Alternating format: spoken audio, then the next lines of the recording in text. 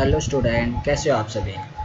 आज हम बात करने जा रहे हैं किसके बारे में, बायोडाइवर्सिटी के बारे में। ठीक है, कि एक्चुअल में बायोडाइवर्सिटी होती क्या है। आप लोगों को पता है, देखो बायो का मतलब क्या होता है। बायो का क्या मतलब है इधर, लाइफ। ठीक है, और डाइवर्सिटी का मतलब विविध विविध रूप, मतलब डिफरेंट टाइप्स ऑफ, मतलब वेरिएशंस जो होती हैं ऑर्गेनिज्म के अंदर, वेरिएशन, वैरायटीज हैं, अलग अलग रूप जो होते हैं, विविध विविध फॉर्म जो होती हैं ऑर्गेनिजम्स की। मीन्स जो लाइफ है इस अर्थ पे वो क्या है, कैसे एग्जिस्ट कर रही है, डिफरेंट फॉर्म में एग्जिस्ट कर रही है। ठीक है ना। बायो का मतलब क्या है, लाइफ, और डाइवर्सिटी का मतलब डिफरेंट फॉर्म्स ऑफ ऑर्गेनिज्म, या फिर किसी भी ऑब्जेक्ट का जो डिफरेंट फॉर्म होती है उसको ही हम डाइवर्सिटी बोल देते हैं। और यहाँ पे बायो आगे लग गया तो क्या हो गया कि किसी भी ऑर्गेनिज्म के अंदर जो वैरायटीज हैं, स्पीसीज में वैरायटीज मिलना, एक ऑर्गेनिज्म में वैरायटी, जैसे कि मान चलो ह्यूमन स्पीसीज की अगर हम स्टडी करें, ह्यूमन को लेके चले, एक ही सिंगल स्पीसीज जो है ह्यूमन की, उसके अंदर वैरायटीज ऑफ डिफरेंट ऑर्गेनिज्म पाए जाते हैं। मतलब देखो, शेप अलग होगी, साइज अलग होगा, स्ट्रक्चर अलग होगा हर किसी का, है ना। हर किसी का चेहरा अलग होता है, हर किसी के अंदर वैरायटीज होती है ना। तो वो क्या है, बायोडाइवर्सिटी ही है। वो स्पीसीज टू स्पीसीज भी हो सकती है, इकोसिस्टम के अंदर भी हो सकती है, कम्युनिटी के अंदर भी हो सकती है। जहाँ भी वैरायटीज मिल जाएं आपको किसी भी ऑर्गेनिज्म में, उसी को हम बायोडाइवर्सिटी बोलते हैं। और उसको कैसे कंजर्व किया जा सकता है, ठीक है ना, हम देखेंगे। देखो आपने इकोसिस्टम के बारे में पढ़ा, फूड चैन, फूड वेब के बारे में हमने डिस्कस किया था कि कैसे एक ऑर्गेनिज्म दूसरे ऑर्गेनिज्म के ऊपर डिपेंड कर रहा है। तो क्या हो रहा है कि कई बार क्या हो जाता है, जो एक स्पीसीज है ना, उसकी जो पॉपुलेशन है वो ज़्यादा हो जाती है किसी भी कारण की वजह से। और वो ज़्यादा होने की वजह से जो उसकी लोअर स्पीसीज है, जिसके ऊपर वो डिपेंड कर रहा है, जिसको वो खा रहा है, ठीक है, उसकी स्पीसीज कम हो जाती है। ठीक है, अब उसकी अपर वाली स्पीसीज तो ज़्यादा है, लेकिन जिसको वो खा रहा है उसकी स्पीसीज कम है। एक टाइम पे मतलब ऐसा हो जाता है कि वो स्पीसीज बिल्कुल ही ख़त्म हो जाती है। अब क्या हो गया, जो एनवायरनमेंट है, जो इकोसिस्टम है ना, जो अर्थ है, उसमें इम्बैलेंस आ जाता है। ठीक है ना, क्योंकि देखो, चाहे एक मच्छर हो चाहे एक ह्यूमन हो, एक मच्छर का और ह्यूमन का भी इनडायरेक्ट वे में इंटरेक्शन होता है। ठीक है ना, एक मच्छर के ऊपर भी ह्यूमन की जो लाइफ है वो डिपेंड करती है। ठीक है, क्यों, क्योंकि मच्छर भी किसी ना किसी फूड वेब के अंदर आता होगा, ठीक है ना, फूड चेन के अंदर आता होगा, और हम भी उस फूड चेन से इनडायरेक्ट वे में कनेक्ट हैं, याद रखना। तो इस वजह से क्या है, अगर किसी भी ऑर्गेनिज्म की अगर स्पीसीज या फिर जो कह सकते हैं पॉपुलेशन अगर एक्सटिंक्ट हो जाती है, बिल्कुल ख़त्म हो जाती है, तो उसका असर सभी ऑर्गेनिज्म पे पड़ता है, ना कि सिर्फ उस ऑर्गेनिज्म पे जो जिसे वो खा रहा है। ठीक है ना, मतलब उसके ऊपर जो ऑर्गेनिज्म डिपेंड कर रहा है डायरेक्टली, उसी ऑर्गेनिज्म पे असर नहीं पड़ता, उसी की स्पीसीज पर असर नहीं पड़ता, बल्कि कंप्लीट डाइवर्सिटी पे असर पड़ता है। ठीक है, तो उसको कंजर्व करना भी बहुत ज़रूरी हो जाता है। तो उसके बारे में भी हम इस चैप्टर में क्या है डिस्कस करेंगे। ठीक है, अब हम देखते हैं कि बायोडाइवर्सिटी क्या होती है। देखो, सबसे पहले जो बायोडाइवर्सिटी की जो टर्म है वो किसने दी थी, एडवर्ड विल्सन ने दी थी। ठीक है ना, याद रखना, आपके बोर्ड ऑफ एग्जाम में भी पूछा जा सकता है, या फिर नीट एग्जाम में भी आपको पूछा जा सकता है कि बायोडाइवर्सिटी की जो टर्म है वो किसने दी थी। ठीक है, तो बायोडाइवर्सिटी जो है, अगर हम देखें, अगर कंबाइंड फॉर्म में हम बायोडाइवर्सिटी को देखें सभी लेवल पे, जो बायोलॉजिकल ऑर्गेनाइजेशन हम पढ़ते हैं ना, हमने 11th का जो फर्स्ट चैप्टर है, हम वहाँ पे भी कई बार डिस्कस कर चुके हैं डाइवर्सिटी के बारे में। ठीक है ना, स्पीसीज, जीनस, ये जो 7 कैटेगरीज थी, हायरार्किकल कैटेगरीज थी, वहाँ पे डिस्कस कर चुके हैं। तो ये बायोलॉजिकल जो ऑर्गेनाइजेशन होती हैं, जितनी भी लेवल होती हैं, तो उसके आधार पे जो बायोडाइवर्सिटी है, जो बायोडाइवर्सिटी की स्टडी की जाती है बायोडाइवर्सिटी की, वो 3 लेवल्स के ऊपर डिपेंड करती है।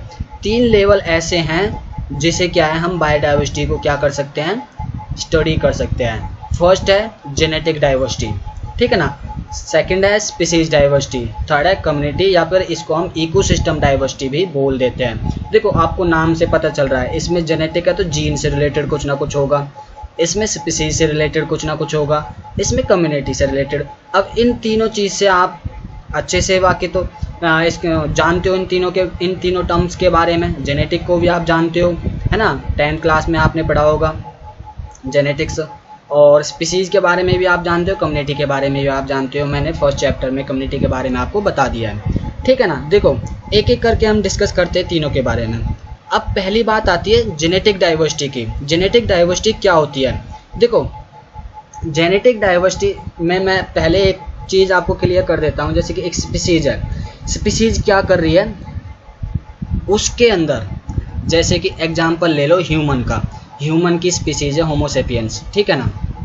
तो ये जो होमो सेपियंस है इसके अंदर जितने भी ऑर्गेनिज्म है, जो इसकी पॉपुलेशन है, अब ऐसा तो नहीं है हर किसी की जीन जो है, जेनेटिक लेवल जो है वो सेम हो, है ना। एक फैमिली में भी क्या है, इतना सेम नहीं होता कि बिल्कुल सेम करेक्टर उसके अंदर आ जाए। पेरेंट्स ऑफ स्प्रिंग में बिल्कुल सेम 100% सेम करेक्टर नहीं आते हैं, आपको पता है। हाँ कुछ हद तक जो है सेम होते हैं, ठीक है ना, सिमिलरिटीज होती हैं, बट वैरायटीज भी साथ साथ में मिलती हैं देखने को। अब ऐसे ही क्या है, जितने भी होमो सेपियंस के अंदर जितनी भी पॉपुलेशन होगी उन सब के अंदर जेनेटिक लेवल पे कुछ ना कुछ वेरिएशंस आपको देखने को मिलेंगी, ठीक है, ये सभी को पता है, समझ गए ना। तो देखो इंडिया के अंदर 50,000 जेनेटिकली डिफरेंट स्ट्रेन्स पाई जाती हैं। किसकी? आपकी नोटबुक में एग्जांपल दे रखा है राइस की 50,000 जेनेटिकली डिफरेंट स्ट्रेन्स, ठीक है ना। अब ये लगा लो कितनी डाइवर्सिटी प्रेजेंट है एक ही राइस की स्पीसीज के अंदर, इतनी सारी वैरायटीज मिलना, सोच रहे होंगे कि आप बहुत ही ज़्यादा, ठीक है ना, हद से ज़्यादा है। और जो 1000 वैरायटीज है ना वो मैंगो की मिलती है। 1000 वैरायटीज किसकी? मैंगो की मिलती है। आप देख सकते हो, देखो जेनेटिक डाइवर्सिटी के मतलब ही यही हो गया कि एक ऑर्गेनिज्म के अंदर जो जीन होती है ना, जीन क्या करती है, जो उसके मॉर्फोलॉजी को, उसकी फिनोटाइप जो होते हैं, हम जेनेटिक्स के अंदर स्टडी करेंगे, जो एक्सटर्नल अपीयरेंस जो होती है ना, बाहर की जो दिखावट जो होती है, शेप, साइज, कलर, ठीक है ना, उसको हम फिनोटाइप बोलते हैं। अब जो इस जीन क्या करती है, फिनोटाइप को एक्सप्रेस करती है, ठीक है ना, उसको कोड करती है जीन, ठीक है।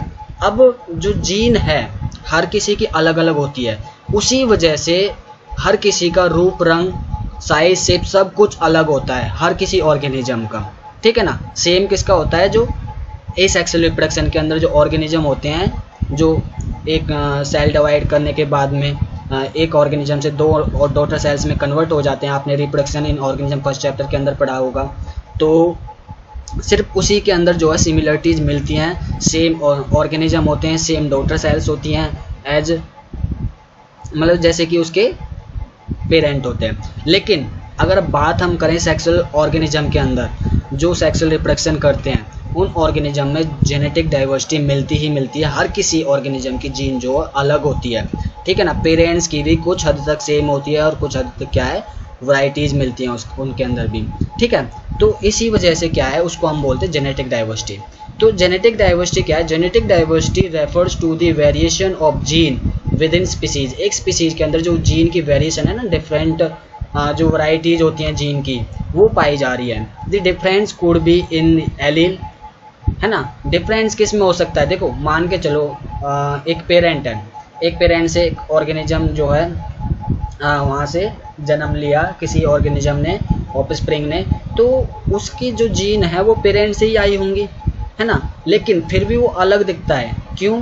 क्योंकि क्या है, वो जो एक जीन के अंदर जो 2 एलील प्रेजेंट होती है ना, कुछ हद तक वो एलील क्या है, डिफरेंट होती है, ठीक है ना। वो एलील्स क्या होती हैं, डिफरेंट होती हैं। समझ में आ रहा है ना?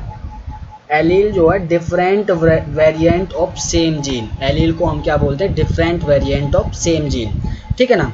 तो इन entire gene the trait determine particular characteristics.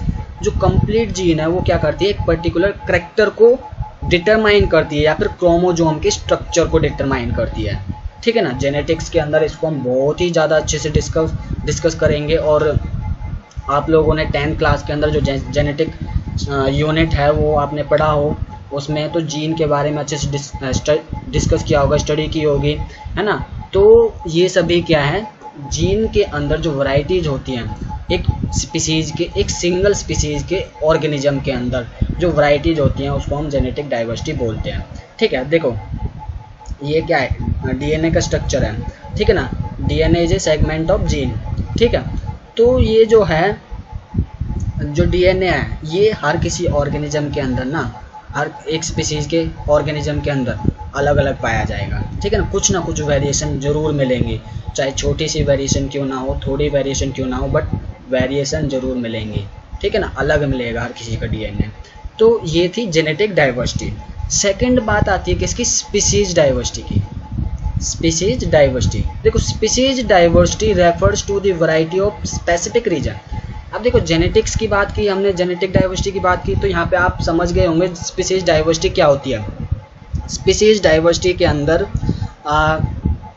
मान के चलो एक एरिया है, ठीक है ना, एक हैबिटाट है, हैबिटाट मान के चलो, एक इकोसिस्टम मान के चलो, या फिर कोई भी एक प्लेस मान लो, जियोग्राफिक एरिया मान लो, ठीक है ना, वहाँ पे मान के चलो 1 से 2 स्पीसीज हैं।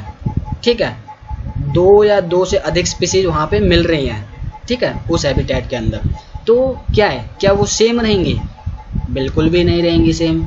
ठीक है ना, एक स्पीसीज जो है दूसरी स्पीसीज से वेरी करती है, दूसरी स्पीसीज से अलग होती है, शेप में भी, साइज में भी, स्ट्रक्चर में भी, जीन्स के अंदर भी, हर जो बॉडी पार्ट है उसका बिल्कुल अलग मिलेगा एक स्पीसीज का दूसरी स्पीसीज से।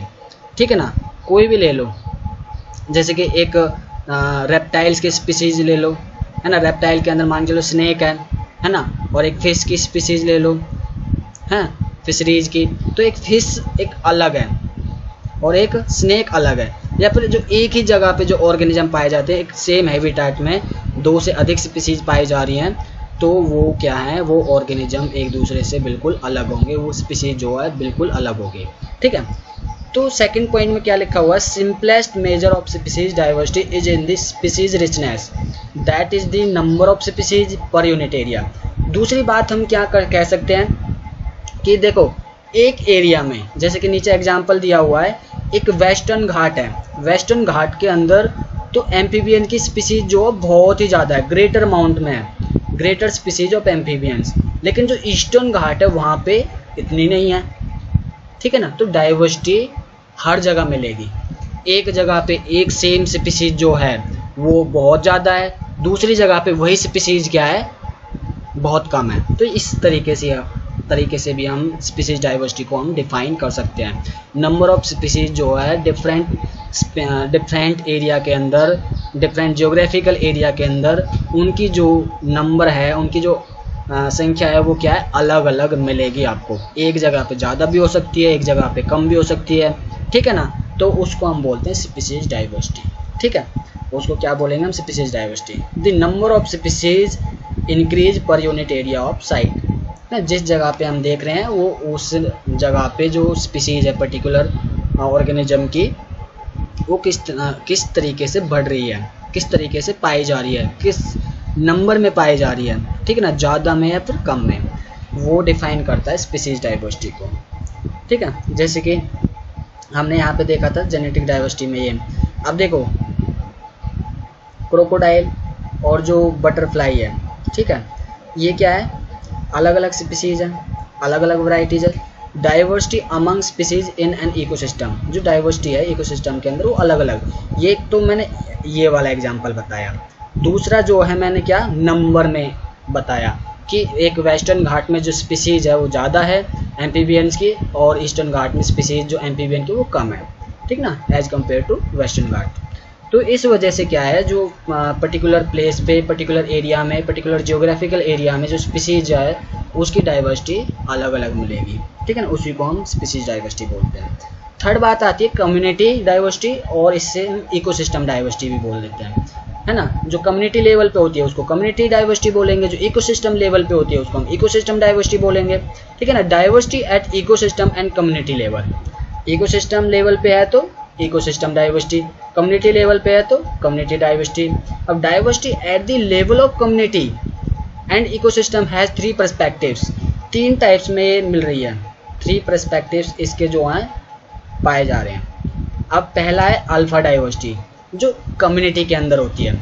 Refers to the diversity of organism sharing the same community, जो एक ही कम्युनिटी के अंदर, एक ही हैबिटेट के अंदर जो ऑर्गेनिज्म पाए जा रहे हैं, डिफरेंट टाइप्स ऑफ ऑर्गेनिज्म पाए जा रहे हैं, वैरायटीज ऑफ ऑर्गेनिज्म पाए जा रहे हैं, जो सेम हैबिटेट को शेयर कर रहे हैं, सेम कम्युनिटी को शेयर कर रहे हैं, उसको हम बोलते हैं अल्फा डाइवर्सिटी। ठीक है ना। सेकेंड टाइप आता है बीटा डाइवर्सिटी।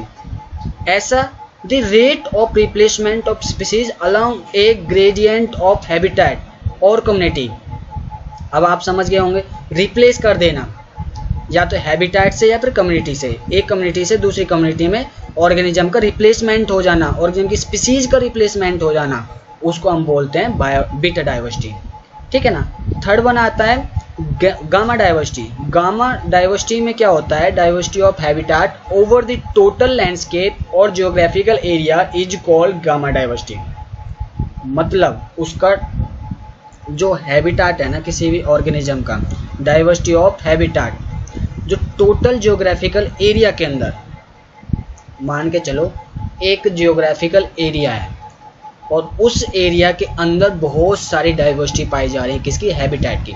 दो या दो से अधिक डाइवर्सिटी होना हैबिटेट के अंदर। मान के चलो एक स्पीसीज है, एक हैबिटेट में रह रही है, दूसरी स्पीसीज दूसरे हैबिटेट में रह रही है, तीसरी स्पीसीज तीसरे हैबिटेट में रह रही है, लेकिन जियोग्राफिकल एरिया एक ही है उनका। उसी एरिया में अलग अलग डिफरेंट टाइप्स के हैबिटेट पाया जाना, ठीक है ना, वहाँ उसको हम क्या बोलते हैं, गामा डाइवर्सिटी। ठीक है। जैसे कि हमने इसमें बात ही कर ली थी, 3 टाइप की डाइवर्सिटीज प्रेजेंट होती है। जेनेटिक डाइवर्सिटी जो जीन लेवल पे प्रेजेंट होती है, एक स्पीसीज के अंदर जीन के अंदर डाइवर्सिटी मिलना, जीन के अंदर वेरिएशंस मिलना, है ना। स्पीसीज डाइवर्सिटी में diversity among species in an ecosystem, है ना, इकोसिस्टम के अंदर डाइवर्सिटी मिलना स्पीसीज में, है ना। और नंबर्स में भी हमने बात कर ली थी। ठीक है, एग्जाम्पल के तौर पे भी बात कर ली थी हमने। इकोसिस्टम डाइवर्सिटी में जो मतलब इकोसिस्टम लेवल पे या फिर कम्युनिटी लेवल पे, मतलब एक एरिया दे रखा होगा और उसके अंदर बहुत सारी डाइवर्सिटी मिलना। Diversity of habitat in A given unit area, मतलब एक एरिया के अंदर, जैसे कि मान चलो ये तो हो गया कंप्लीट एरिया, ठीक है ना। अब एक हैबिटेट ये हो गई, एक हैबिटेट ये हो गई, एक हैबिटेट ये और एक हैबिटेट ये, मतलब डिफरेंट टाइप्स के जो हैबिटेट हैं एक ही एरिया के अंदर पाए जा रहे हैं, उसको हम बोलेंगे इकोसिस्टम डाइवर्सिटी या फिर कम्युनिटी डाइवर्सिटी। ठीक है। आपके नोट्स में कुछ ज़्यादा डिटेल में दे रखा है, आप एक एक पॉइंट्स को वहाँ पे पढ़ना, अच्छे से डिस्कस करना और देखना कि उनमें क्या क्या मेंशन कर रखा है। ठीक है। और अगर फिर भी कोई उनमें से प्रॉब्लम आती है तो मुझे ज़रूर बताना, ठीक है ना, जिससे कि आपका कोई भी डाउट ना रहे इस चैप्टर के अंदर। ठीक है। ये लेक्चर यहीं तक है। नेक्स्ट लेक्चर में हम बात करेंगे किसके बारे में,